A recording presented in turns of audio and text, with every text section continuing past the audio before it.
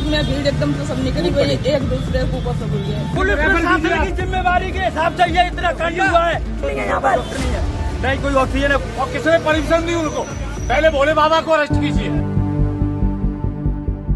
मुझे क्रांतिवीर पिक्चर का एक डायलॉग याद आ रहा है। उसमें नाना पाटेकर जी कहते हैं, ऊपर वाले ने सबसे खूबसूरत चीज बनाई इंसान और उसे दुनिया में भेजा, लेकिन जब वो ऊपर से देखता होगा इंसान को तो दिखते होंगे ये इंसान तो कीड़े हो गए, कीड़े। आज मुझे वही डायलॉग याद आ रहा है। आज मुझे किसी माँ का रोना याद आ रहा है, आज मुझे किसी बहन का रोना याद आ रहा है, आज मुझे किसी पिताजी का रोना याद आ रहा है, आज मुझे किसी भाई का रोना याद आ रहा है, और आज मुझे वो सिसकियां सुनाई दे रही है जो बच्चे यतीम हो गए। राहुल गांधी जी जब हाथरस में पीड़ितों से मिलने गए जो कि भगदड़ में अपने परिवारजनों को खो चुके, तब हमने एक बहुत ही डिफरेंट पिक्चर देखी और डिफरेंट तस्वीर देखी। हाथरस में एक बाबा का सत्संग हुआ था, उन्हें भोले बाबा के नाम से जाना जाता है। वहाँ पे ये बाबा बहुत ही पॉपुलर है और उनके सत्संग में भगदड़ हुई और उस भगदड़ में करीब 120 से भी ज्यादा लोग मर गए। बहुत सारे लोगों का ये कहना था कि जब वो अपने परिवारजनों को ढूंढने निकले जो मर गए थे तो लाशें दिख रही थी, लाशें। उन लाशों के ढेर में से उनको अपने परिवार का आदमी मिलता है, वो भी मरा हुआ। तो आप सोच सकते हो उस पे क्या गुजरती है। राहुल गांधी जी को बहुत सारे पीड़ित मिले, उसमें एक लड़की थी छोटी सी जो राहुल गांधी को गले लगाकर रोने लगी। राहुल गांधी भी भावुक हो गए क्योंकि राहुल गांधी जी ने भी अपनी दादी और अपने पिताजी को इस देश के लिए खोया है। बहुत सारे बच्चों ने